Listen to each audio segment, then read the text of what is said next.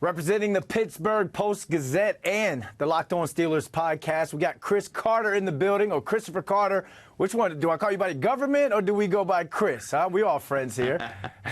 Hey, all I do is catch touchdowns, guys. All right, let's kick this thing off, Paul. We've got Giants Steelers, Monday Night Football, Russell Wilson versus Daniel Jones.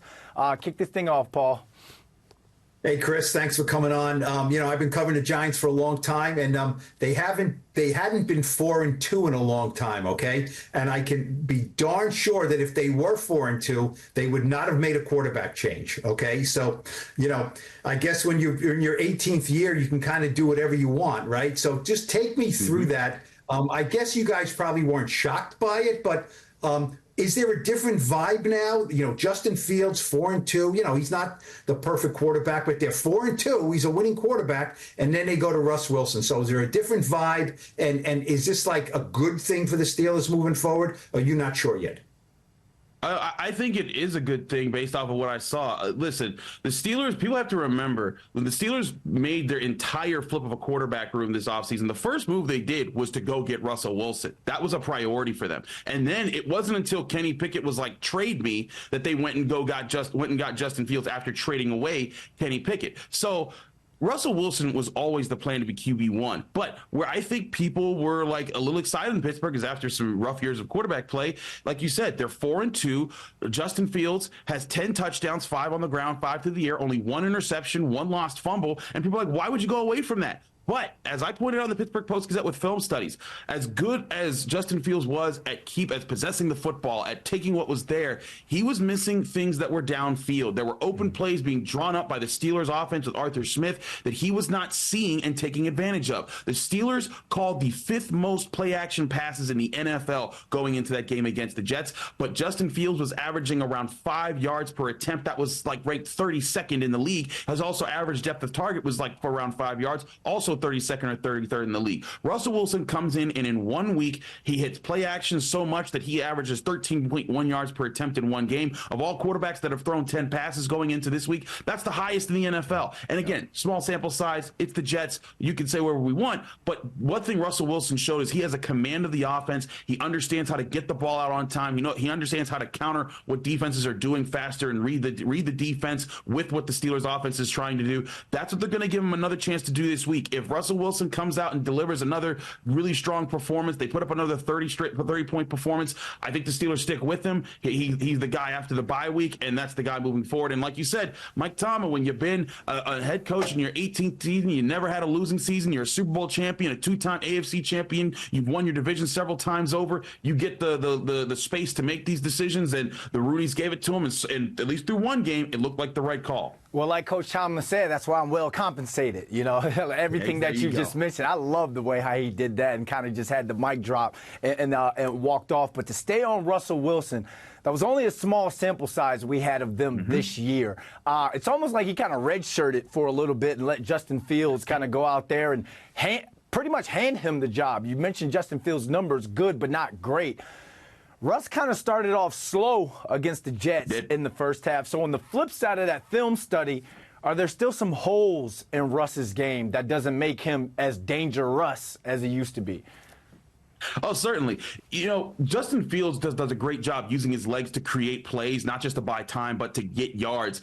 And that's something Russell Wilson used to do. Now he can't do as much. Like there was a play or two where things weren't working out downfield, and Russ tried to take off, and the Jets are like, come here, you're not that fast. And they were able to bring him down. But there were also times that he used his legs just enough to buy time. He got rid of the ball. Like there was a play action pass where Pat Freiermuth breaks open. There's a defender right in his face blitzing. Russell Wilson just dips off to the side, sidearms it. It goes to Pat Freiermuth. He runs for 30 yards. He is very good at seeing those things. And early on, he wasn't. Yeah, he was kind of feeling him out. But I think this is something that Mike Tomlin loves about Russell Wilson, was that during that, I was there at Acrisure Stadium, Sunday Night Football. Steelers fans are restless. They want to win. They haven't won a playoff game in 7 years. And in that first quarter, there were boos raining down upon Russell Wilson. There was chants of, "We want Justin." And I'm looking around like, like, this could get out of hand. And I've seen that with Mitch Trubisky, with Kenny Pickett, with Mason Rudolph the last 3 years or so. And man, Steelers fans, I'm seeing Steelers fans get pandemonium. Russell Wilson doesn't even blink. And that was something Mike Tomlin credited for him after the game. He said, that guy, we want him to be able to take that kind of pressure. He comes out, throws 2 touchdowns, sneaks in for another, gets over 400 yards of offense for the Steelers in total, and balances this Steelers offense. I think that's what the Steelers really want from Russell Wilson. Handle the big moments, manage the offense, make this not about you, make this about the team, because Najee Harris all of a sudden has back-to-back 100-yard rushing games. George Pickens just caught his first touchdown of the year. Jan Jefferson just caught his first touchdown of the year. Pat Freiermuth is getting worked in. Darnell Washington, the second-year Georgia tight end, getting worked in. They don't want a superstar to take over this offense. They want to hurt you with 4 or 5 different elements of this offense so that you can't guess. You can't pin like back in the day, you had to say, hey, take away Antonio Brown. That's how you stop this offense. Take away Le'Veon Bell. That's how you stop this offense. Arthur Smith wants an offense where, okay, you want to take away Najee Harris and crowd the line of scrimmage? George Pickens is going to go off on you today. You want to try to take away the sidelines? Pat Freiermuth is going down the middle. And that's what Russell Wilson at least showed for about 3 quarters that he could do. Can he do it for more quarters, and can he be a consistent threat this season? That's what the Steelers have to find out. Boos in the first half, Paul. That sounds familiar. Yeah. Oh, yeah. But the Giants didn't have a Russell Wilson coming out of the bullpen, right? They had a Drew Lock in the fourth quarter in garbage time. It's interesting. The Giants had Russell Wilson in for a visit, right before he signed with the Steelers. And look, the Giants and Steelers are, the Rooneys and the Maras, they're similar, right? They're longstanding franchises. They both, the Eli Manning, Ben Roethlisberger eras, coincided for, pretty much, 18, 19 years. Ben lasted a little longer. Both teams are having tremendous trouble afterwards, moving on from Ben and Eli, finding that next guy, and the Steelers had first round picks that failed. The Steelers have been more aggressive, certainly Justin Fields, Russell Wilson. The Giants basically just, drafted Daniel Jones and that's coming to an end, I think, but they've been, maybe more stubborn, less forward thinking in doing this, because, when Russell Wilson came here to visit, the job was to be a backup. You know what I mean? The job was to be a backup, and it wasn't like you're going to beat out Daniel Jones. The Steelers was right, as you correctly mentioned. Kenny Pickett was there. Everyone knows if Russell Wilson comes in and there's a competition, he's beating out Kenny Pickett. He's the quarterback. So kudos to the Steelers for doing that. At the time, I wasn't like, oh, the Giants have to sign Russell Wilson, because I knew they were going to. They just paid Daniel Jones he 45 million bucks. They're not putting him on the bench. That would be crazy. Russell Wilson's making what, veteran minimum?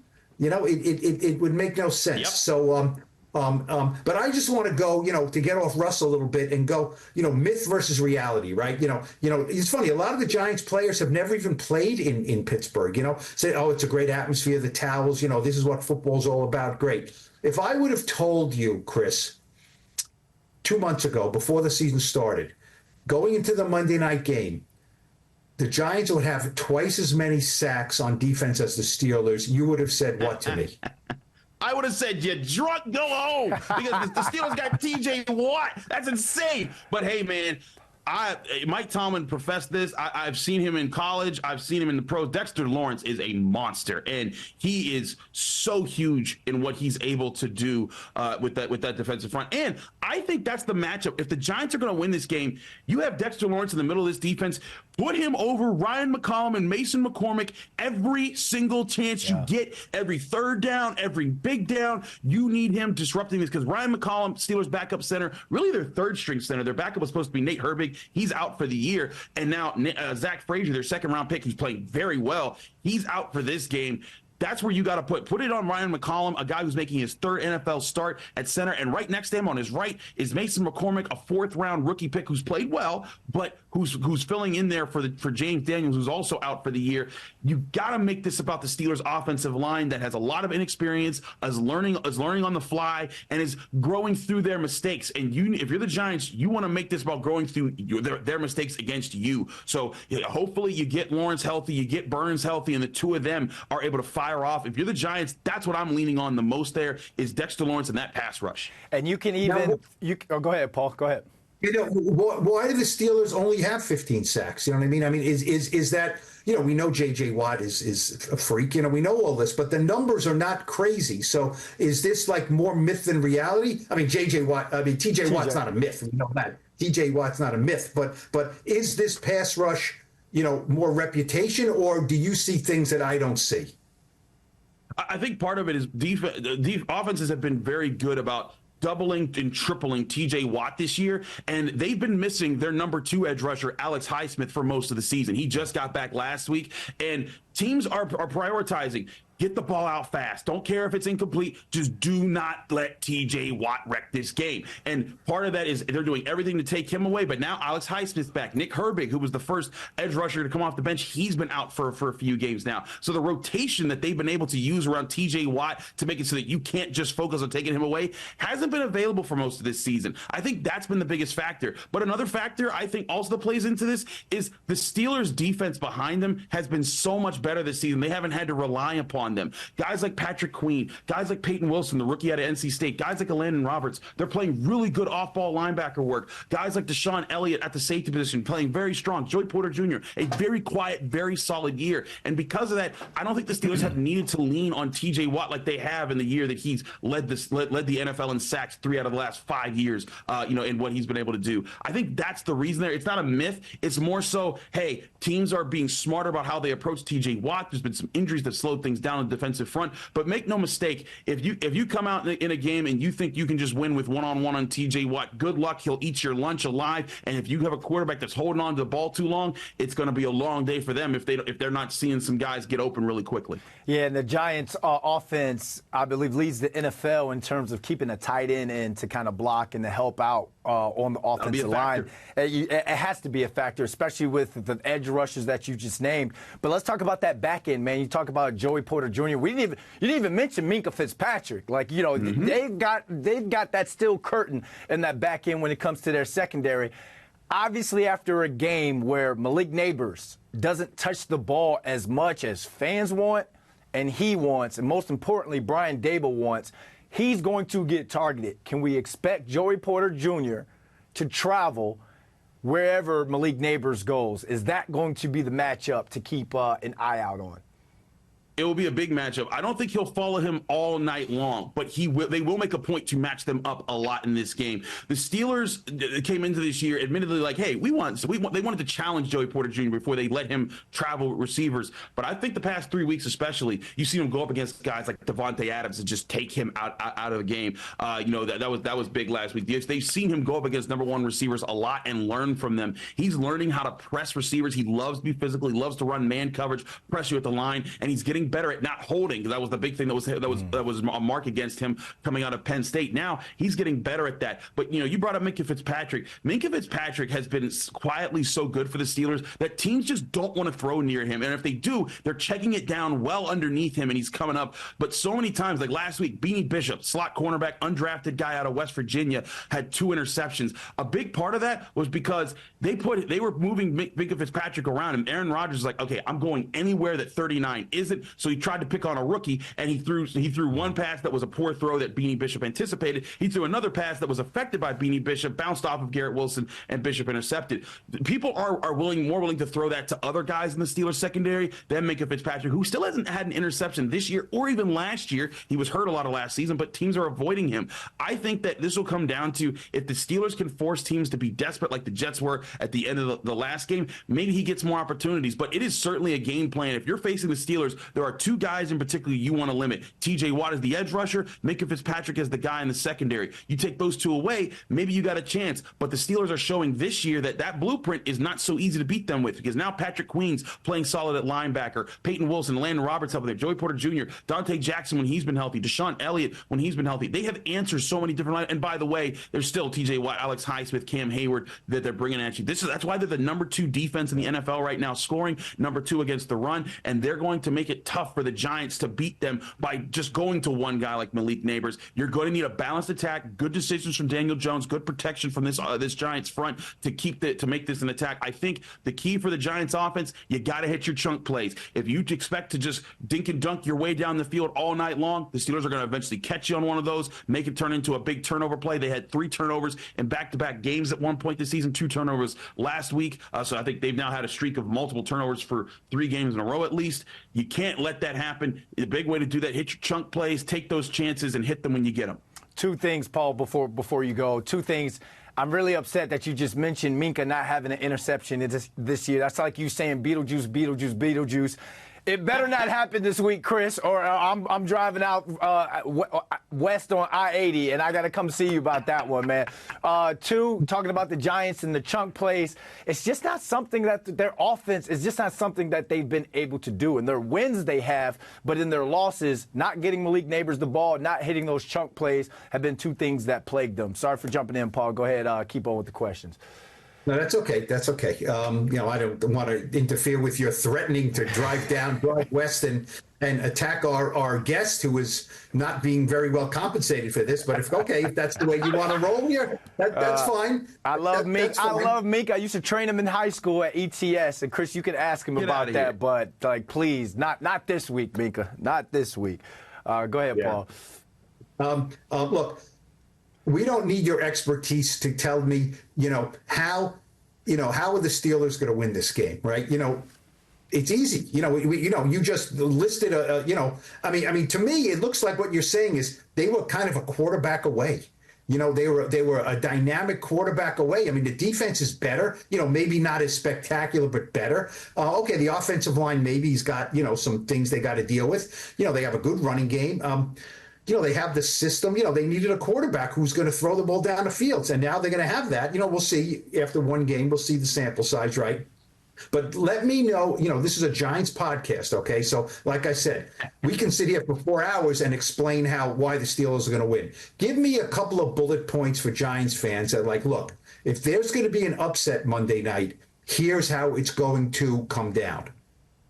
Okay, so first and foremost, I said a little earlier, Dexter Lawrence, that defensive front, get them, confuse this Steelers offensive line. Broderick Jones, first-round pick from last year, starting at right tackle. He's not been the best. He's struggled at times. He's been inconsistent. And I think that's where it's the one guy you can pray on. He's right next to rookie Mason McCormick at right guard, who's right next to Ryan McCollum, making his 3rd start in the NFL at center. You want to try and get those guys out of sync to kind of have pressure coming at Russell Wilson on his strong side and forcing him to have to throw the ball away. Russell Wilson's going to do a lot of throwaways if he's under pressure. That's what he's being coached to do. That's what he's doing really well. He's going to live for another day. You have to be able to do that on defense to disrupt things, and you do that and you play the run. Do not let Najee Harris get going. If he does, everyone else starts to eat, and then you have a good luck stop at the Steelers offense. That's exactly what Arthur Smith wants to get going. On the flip side, you look on offense. I talked about those chunk plays. The biggest problem the Steelers defense has had is when they've been caught in miscommunication errors, where guys have been, it's different. They love to run zone coverages, and guys just misunderstand where they're supposed to go at certain times. A lot of it has been on Beanie Bishop, which is why the Jets went after him so much and paid for it in throwing 2 interceptions to the rookie. But they're getting sharper there. But if I'm the Giants, if I'm Brian Daboll, I'm looking at what Shane Steichen did with the Colts. I'm looking what the Cowboys did in their final drives, in their comeback win over the Steelers. And I'm saying, hey, look at these passes over the middle. Let's try to get these concepts where we're going to force this defender to make a tough decision. Do I take away this guy or I take away that guy? And that's also where I would put Malik Neighbors. I would move him around. I don't know if I haven't looked at his alignment snaps this year, how much he's lining up on the outside versus the slot versus here versus there, but I'd be trying to get him in situations where either he's the playmaker or he's the decoy, and force the Steelers defense to choose. Hey, we're going to give you your playmaker here, or we're going to make you have to win with this other guy here. And if we do that, sometimes you might get those mistakes over the middle, and that's where Daniel Jones has to step up and earn his money. He has to read the defense. When the Steelers make those defensive gaffes in the secondary and there's guys open, he has to hit them, and those are where your chunk plays coming. But that's going to be forced from really good passing concepts from Brian Brian Dable. It's going to be forced from good reading of the defense and guys making plays when they're available. If they don't hit those chunk plays, guys, I think it's going to be a long day for the Giants. You know, Brandon, you talked about that being a factor in wins and losses. To me, that's the thing. So pressure Russell Wilson, control the line of scrimmage on defense, and catch the Steelers' defense and miscommunication over the middle. Those are the two things. If you're leaning on, if the Giants do those two things, I like their chances Monday night. You talked about moving Malik Neighbors around. He's targeted on 60% of his routes when he's in motion, so that's going to be something to keep an eye out on as well. Chris, man, this was great, man. Tell the people they can find you. Giants fans, make sure you give them a follow because this was, this is one of our top Know Your Enemies this season. Thank you very much. Christopher Carter. You can follow me Twitter, Instagram, TikTok, all my places at Carter Critiques. You can read my work at the Pittsburgh Post-Gazette, post-gazette.com. I not only cover the Steelers, I also cover the Pitt Panthers, like guys like Jason Pinnock. If you're liking what he's doing there, Pitt produces good talent. So check us out around NFL draft time for all our coverage of those guys. And you can also find me on the Locked On Steelers podcast every Monday through Friday, breaking down the Steelers on your favorite podcasting apps and on YouTube. Thanks, Chris.